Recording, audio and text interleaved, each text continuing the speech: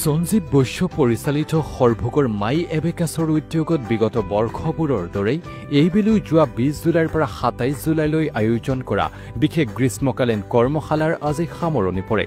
Self analysis and experimental workshop for students শীৰ্ষক বিশেষ গ্ৰীষ্মকালীন কৰ্মশালাটিত বিগত 7টা দিনত শিক্ষাৰ্থীসকলে আয়ত্ত কৰা বিভিন্ন বিষয়সমূহ পৰিৱেশন কৰা পৰিলক্ষিত হয়। উল্লেখ্য যে ছাত্ৰ ছাত্ৰীসকলে আত্মবিশ্লেষণৰ জৰিয়তে নিজস্ব সুপ্ত প্ৰতিভাসমূহ বিকাশ কৰিব পৰাকৈ উপযুক্ত পৰিৱেশ আৰু পথ প্ৰদৰ্শন কৰাৰ উদ্দেশ্যৰে এইবাৰৰ কৰ্মশালাতে আয়োজন কৰিছিল মাই এবেকাছৰ পৰিচালক সঞ্জীৱ বৈশ্য আৰু তেওঁৰ সতীৰ্থসকলে।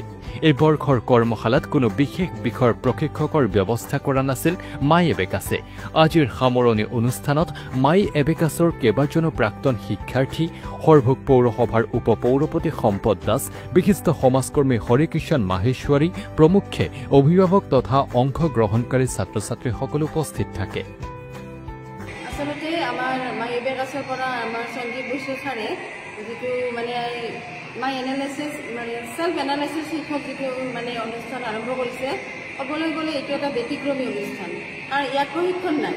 ছাত্ৰ ছাত্ৰীসকলক আমি মাত্ৰ তেওঁলোকৰ যিটো মনস্তাত্ত্বিক দিশ, সেই মনস্তাত্ত্বিক দিশটোৰ ওপৰত আমি কিছুমান তেওঁলোকক ক্লু দিছিলোঁ আৰু সেইবিলাকৰ ওপৰতে তেওঁলোকে নিজক আত্মবিশ্লেষণ কৰি নিজৰ মাজত লুকাই থকা প্ৰতিভাসমূহ তেওঁলোকে উলিয়াবলৈ চেষ্টা কৰিছিল।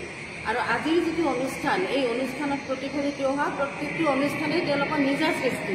লগতে ইয়াতে আমি আধ্যাত্মিকতাৰ ওপৰত অলপমান গুৰুত্ব দিছিলোঁ। বৰ্তমান সমাজত চাই, বৰ্তমান সময়ত চাই কণ কণ শিশুসকলে যাতে নিজৰ মনটো এক সুস্থিৰ দিশত আগবঢ়াই নিব পাৰে, তাৰ বাবে তেওঁলোকক আমি প্ৰচেষ্টা আগবঢ়াইছিলোঁ আৰু আমি নিশ্চিতভাৱে ক'ব পাৰোঁ আমি সফল হৈছোঁ, কাৰণ তেওঁলোকৰ এটা সুস্থিৰ প্ৰশস্তিৰ পথ আমি দেখুৱাব পাৰিছোঁ। ক'বলৈ গ'লে আমাৰ এটা কবিতাৰ অনুষ্ঠান দিয়া হৈছিল। আমাৰ সঞ্জীৱ বৈশ্য ছাৰে তেওঁ জীৱনৰ অৰ্থ বুলি এটা কবিতা তেওঁ আবৃত্তি কৰিছিল। আবৃত্তি আকাৰে তেওঁ ল'ৰা ছোৱালীক এনেকুৱাকৈ প্ৰভাৱিত কৰিছিল, তেওঁলোকক এনেকুৱাকৈ আৱেগিক কৰি তুলিছিল, তাৰ শব্দবিলাকত তেওঁলোকে বিশ্লেষণ কৰিছিল আৰু সেই শব্দবিলাকৰ আলম লৈ তেওঁলোকে এনেকুৱা কবিতা সৃষ্টি কৰি দেখুৱাইছিল যিবিলাক আমি ৱাল মেগাজিন বনাইছোঁ তেওঁলোকৰ কবিতাৰ দ্বাৰাই।